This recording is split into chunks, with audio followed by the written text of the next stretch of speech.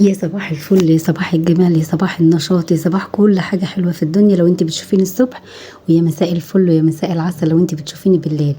النهاردة فيديو جديد وروتين جديد، اتمنى ان الفيديو يعجبكم وتستفادوا منه ولو بمعلومة صغيرة جدا. النهاردة بشارك معاكم في الفيديو مشتريات عيد الأضحى المبارك. كل سنة وانتم طيبين، كل سنة وانتم بيوتكم مليانة خير وبركة ورزق كتير يا رب العالمين. النهارده بشارك معاكم مشتريات اللحوم بتاعه شهر 5 او اللي هي بتاعه العيد بالظبط. تمام، بشارك معاكم مشتريات اللحمه والفراخ وجبت كده كام حاجه برضو كانت في الفاكهه والخضار كانت ناقصاني فكملتها بالمره. تمام، اول حاجه طبعا عملتها صحيت اخدت كوبايه النسكافيه بتاعتي عشان اظبط الدماغ كده ونفوق ونشوف ورانا ايه. ورانا يوم طويل زي الفل ان شاء الله، ربنا يملى بيوتنا كلها بركه وخير يا رب. اول حاجه جبت اللحمه. انا اللحمه بجيب قطعيه معينه، مش بجيب اي لحمه خلاص، بحب قطعيه اللي هي ما اعرفش انتوا بتقولوا عليها بوفتيك، بس هي لا دي مش بوفتيك، او ممكن تقولوا عليها بوفتيك شغال يعني. دي العرق اللي هي عرق فليتو او تريبيانكو، مش عارفه والله اذا كنت بقول اسمها صح ولا لا، بس تقريبا نفس القطعيه بتاعت البوفتيك اللي هي بتبقى ناعمه قوي دي. تمام، دي احنا بنحبها جدا. انا بجيب العرق ده على بعضه زي ما يكون، بيطلع 3 كيلو، بيطلع 3 كيلو ونص زي ما يكون بجيبه. بطلع منه مثلا كام اكله كده لو انا هعملها شوربه، لو انا هحتاج لحمه للشوربه او حاجه. وباقي القطع بدقها كده واعملها بطريقه تانية مش اسكالوب. يعني انا مش بحب الاسكالوب بصراحه، ما ملناش فيه قوي. انا بعملها بطريقه احلى بحيث ما تضيعش طعم اللحمه واحس بطعم اللحمه وانا باكلها. تمام، هتشوفوا برضو معايا انا دلوقتي وانا بعملها، بس طريقه عميل اللحمه دي هبقى اشاركها معاكم في وقت تاني. المهم يا ست الكل، لو انت وصلت معايا لحد هنا ما تنسيش تسيبي لي لايك وكومنت امر منك يشجعني ان انا اصور واكمل تاني في القناه. تمام، ولو انت مش مشتركه عندي ما تنسيش تدوسي على زرار الاشتراك عشان يوصلك مني كل فيديو جديد انا بنزله. بس زي ما انتم شايفين قطعت كل اللحمه بتاعتي الشرايح كده. طبعا يتهيأ لكم ان انا مقطعه الشرايح صغيره، بس الشرايح دي عريضه يعني مش رفيعه قوي. ولما باجي اعملها كمان بدقها، فبتبقى ما شاء الله القطعه ماليه مركزها كده وحلوه. يعني اللي ياخد قطعه قطعتين بيبقى تمام زي الفل، حلوه قوي يعني. بس وبرصها بقى بعد كده على قد ما احنا هناكل طبعا. دي بيتعمل انا بعملها على الجريلا كده مع فص توم كده ورشه بسيطه جدا من البهارات. بيتعمل جنبها بقى رز، بيتعمل جنبها حبه خضار. حبه تاكليها بالعيش هتبقى حلوه جدا، حبه تاكليها بالرز برضو حلوه، زي ما تحبي يعني. بس انا النهارده بشارك معاكم ميزانيه اللحوم بتاعتي اللي تناسب اسرتي وتناسب ظروفي وتناسب عددنا احنا كاسره. حضرتك انت بتاخدي الفكره وتطبقيها على حسب ظروفك وعلى حسب عدد اسرتك. تمام، يعني في ناس ممكن تجيب اكتر، في ناس ممكن تجيب اقل، فكل واحد وحسب ظروف اسرته وعدد افراده. احنا يعني انا لسه اولادي طبعا صغيرين مش بياكلوا قوي في اللحمه. فعشان كده تلاقوني مش مكتره قوي، يعني على قد يا دوب انا وجوزي وابني الكبير. العيال التانيين صغننين فلسه مش بياكلوا، ما لهمش في اللحمه قوي بصراحه، ولا الفراخ برضو ما لهمش فيها. بحس ان العيال الصغيره ما بتعرفش يعني لسه تمضغ اللحمه او الفراخ دي كويس. بس يا ست الكل بدات هنا اقسمهم في اطباق، كل اكله على قد كل طبق على قد الاكله بتاعته. وفي كمان حتت كده اللي هي فيها الدهون، اللي هي الحتت التانية دي انا سايباها ان انا هعملها في شوربه، وممكن بعد الشوربه احطها في طاجن وادخلها الفرن، بتبقى حلوه قوي برضو. ممكن تسلقيها وتحمريها بس كده برضو بتبقى تحفه. الميزه بقى في اللحمه دي، قطعيه اللحمه دي، ان هي بتبقى ناعمه جدا. يعني حتى لو عندك ابنك صغير مثلا في كيجي او في ابتدائي ملوش في اللحمه او ما بيحبش اللحمه اللي بتبقى النسيره بتاعتها شديده، لا اللحمه دي بتبقى النسيره بتاعتها ناعمه جدا وهيحبها وهياكلها ان شاء الله. بس قسمتهم كده تقريبا طلعوا 6 اطباق تقريبا، طلعوا 6. 4 منهم شرايح، دول هيتعملوا شرايح بالطريقه اللي انا قلت لكم عليها، والاتنين التانيين هم الشوربه. الشوربه او ان هم يتسلقوا ويتحطوا في طاجن. تمام، ببدا بعد كده احطهم بقى في الاكياس بتاعتهم وندخلهم الفريزر.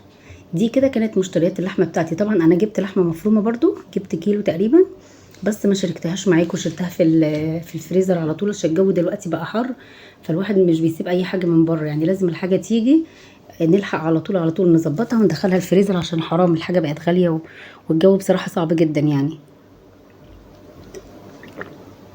بس كده دي كانت مشتريات اللحوم بتاعتي يا بنات. ما تنسيش بقى لو انت وصلت لحد هنا سيبي لي كومنت امر منك ولو انت مش مشتركه عندي في القناه اشتركي في القناه وفعلي زر الجرس عشان يوصلك كل فيديو جديد انا بنزله. بص بقى، انا هنا كنت برضو هعملها في نفس اليوم ده، كنت هعمل منها لحمه. بصي بوريك ان هي لما بتدق بتبقى انعم وبتتفرد بتبقى حلوه يعني. بصي القطعه بتبقى ما شاء الله ماليه مركزها كده. بصي وخلي بالكم برضو انا مش بدقها جامد، لان هي لما بتنزل الجريل عشان تستوي مش هقولك ان هي بتكش، بس هي بتلم شويه فبيبقى ليها سمك حلو يعني. انا مش دقها قوي. تمام. بس يا بنات انا وريتكم كده ان ازاي انا بدقها يعني. بفرد كيسه كده وبدقها عشان مش بحب ان المدق اللي انا بدق بيه ده يعلم فيها يعني. بحس ان الكيس بيخليها احسن وبتتفرد بتبقى حلوه جدا احسن ما تدقيه مباشره على البتاع دي. الكيسه دي بتحمل لحمه بصراحه وبتبقى حلوه يعني. بس وبعد ما بدقتها كده ببدا بقى، بس انا حركه الدقه دي مش بعملها غير وقت التسويه نفسه. يعني مش بعملها واشيلها كده في الفريزر، لا يعني انا بشيلها متقطعه بس. لما باجي اخرجها بسيبها تفك نص فكه كده وادقها عشان اسويها. بس يا بنات وبتبقى والله العظيم جميله وزي الفل يعني. ربنا يحسن ما بين ايدينا كلنا يا رب. بس ودي كانت مشتريات اللحوم بتاعت النهارده بتاعت العيد. يعني احنا عملنا حوالي 6 اطباق من اللحمه اللي هي الشرايح والشوربه. وعندي جبت كمان كيلو مفروم. ندخل بعد كده على مشتريات الفراخ. طبعا مش هنسى، طبعا جبت 3 فرخات. انا في العادي بجيب اكتر من كده يعني، بس الشهر ده عشان جايبه لحوم وكده فانا جبت 3 بس. ووقتها كان سعر الفراخ حلو جدا، كنت جايباها الفراخ كان سعر الكيلو 85، فانا جبت 3 فرخات. بصوا التقسيمه بتاعتي دي ممكن تستغربوها شويه، بس انا الفراخ بتاعتي حجمها كبير ما شاء الله اللهم بارك. انا بجيب الفرخه عامله 3 كيلو ونص، معديه 3 كيلو يعني 3 ونص 3 300. فبتبقى ما شاء الله ما شاء الله اللهم بارك. الصدر بتاعها محمل بيبقى مليان قوي، فعشان تطبخي الصدر بهيئته زي ما هو كده بيبقى صعب جدا بصراحه، ومحدش فينا بيحب ياكله بالطريقه دي.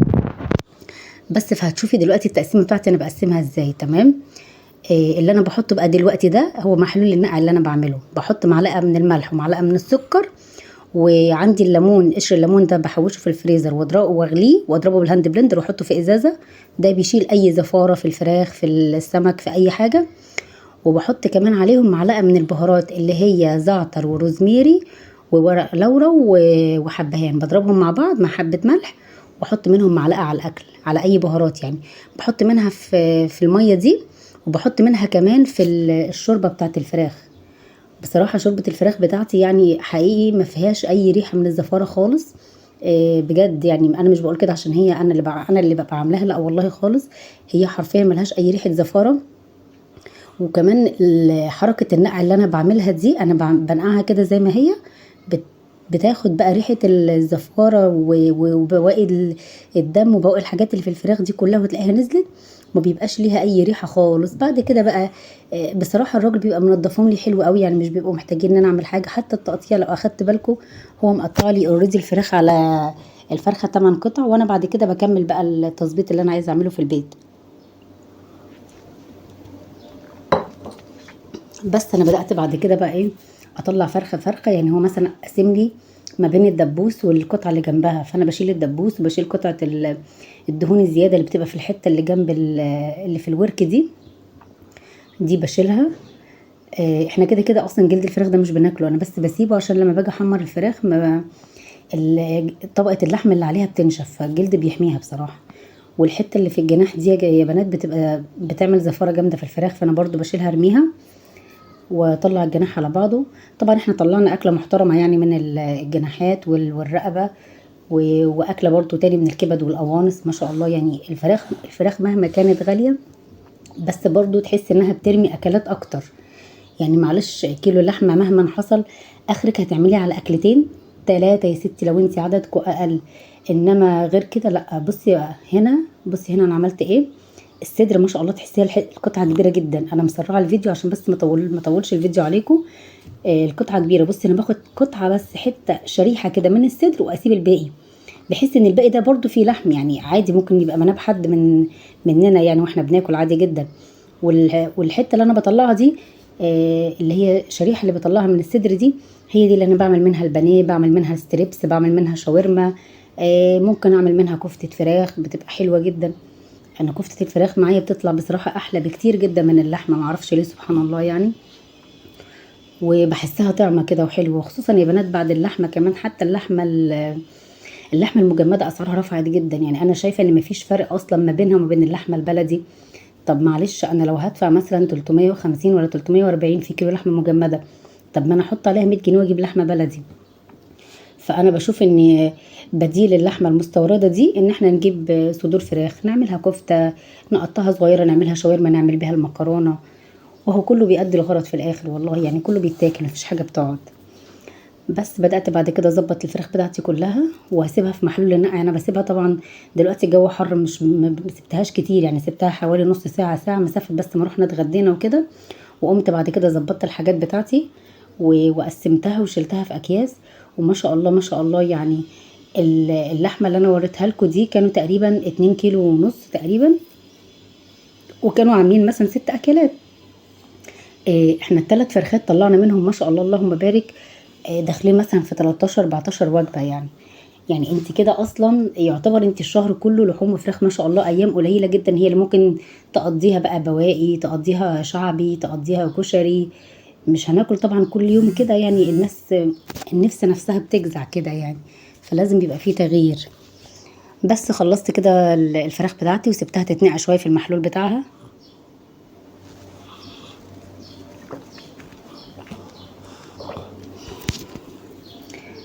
الرقبه انا بحسها كبيره قوي بصراحه، فانا بقسمها برضو على 2، عشان حتى لما تتحط كده هو انا مش بحطهم في شوربه الرقب والجناحات بصراحه، لا اما بعملهم كنتاكي، لا اما بعملهم في مشويين في الفرن كده. بصي الصدر ما شاء الله اللهم بارك عمل ازاي. لا بصي انتي لو عايزه فعلا فعلا الفراخ تروي معاكي وجبات اكتر وتبقى موفره جدا معاكي، هاتي الفراخ حجم كبير. الفراخ الكبيره بتبقى ما شاء الله محمله وبترمي كتير، والاكله ممكن، والفرخه ممكن تعمليها على اكلتين واكتر كمان. انما الفرخه الصغيره مهما كان خلاص مش هتعرفي تلعبي فيها للاسف يعني. بس شوفوا منظر الفراخ عامل ازاي. وهنا طبعا بعد ما تصفت طلعتها من المحلول بتاعها. انا بحط هنا على قدنا، يعني مثلا 4 قطع في كل طبق على قدنا احنا. و... وقسمتهم بقى يا بنات، والصدور طبعا حطيتها لوحدها، والاجنحه والرقبات لوحدهم، وكل الحاجات دي. لو انت وصلت معايا لحد هنا ما تنسيش تسيبي لي لايك وتسيبي لي كومنت امر منك عشان يشجعني ان انا اطور وانزل فيديوهات اكتر واكتر ان شاء الله الفتره الجايه. استنوا معايا كوكتيل كده، فيديوهات هيعجبكم قوي ان شاء الله.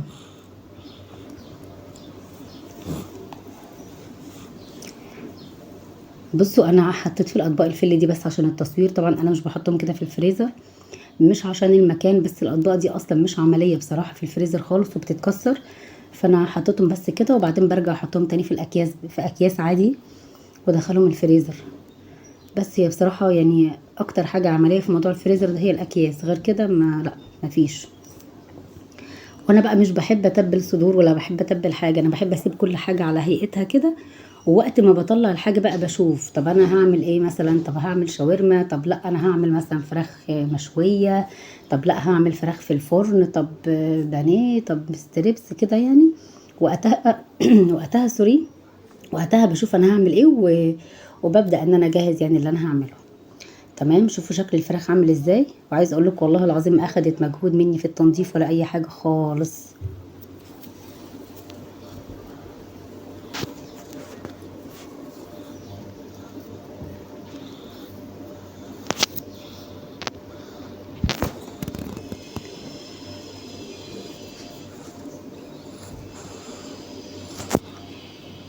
بصوا انا مش عارفه هو الصوره عملت كده ليه والله يا بنات، مش عارفه ايه ده بصراحه، بس هظبطها ان شاء الله ما تقلقوش.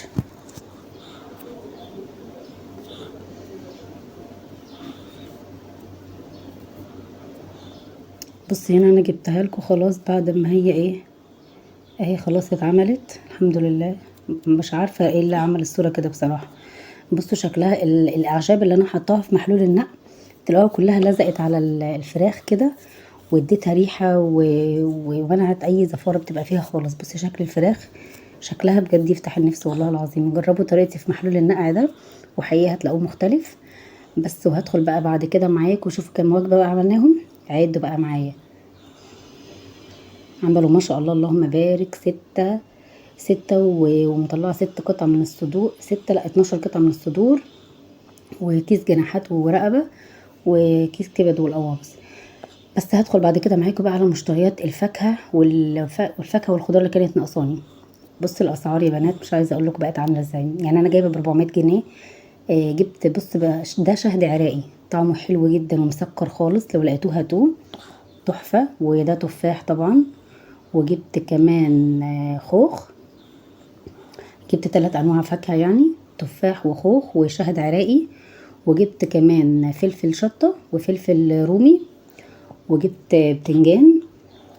وجبت 5 بطاطس. بنستهلك البطاطس كتير طبعا. بطاطس القليه انا جايبه بطاطس القليه الكيلو عامل 20 جنيه. ولقيت الراجل حاطط لي كده ب3 جنيه ليمون عليهم. الليمون عندنا برضو ب40. التفاح ب100. الخوخ مش عارفه والله، انا صورت لكم الورقه. الفلفل تقريبا ب30 والبتنجان ب20 او 25 حاجه زي كده. بس انا اتفاجئت بصراحه بسعر البطاطس، يعني هي 20 الكيلو. بس ربنا يرحمنا بقى برحمته. لحد هنا الفيديو بتاعي خلص. اتمنى ان الفيديو يكون عجبكم، اتمنى انك تكوني طلعتي منه بمعلومه ولو صغيره جدا. ما تنسيش تسيبي لايك وكومنت امر منك، وما تنسيش تشتركي في القناه لو انت مش مشتركه عندي. يلا باي باي.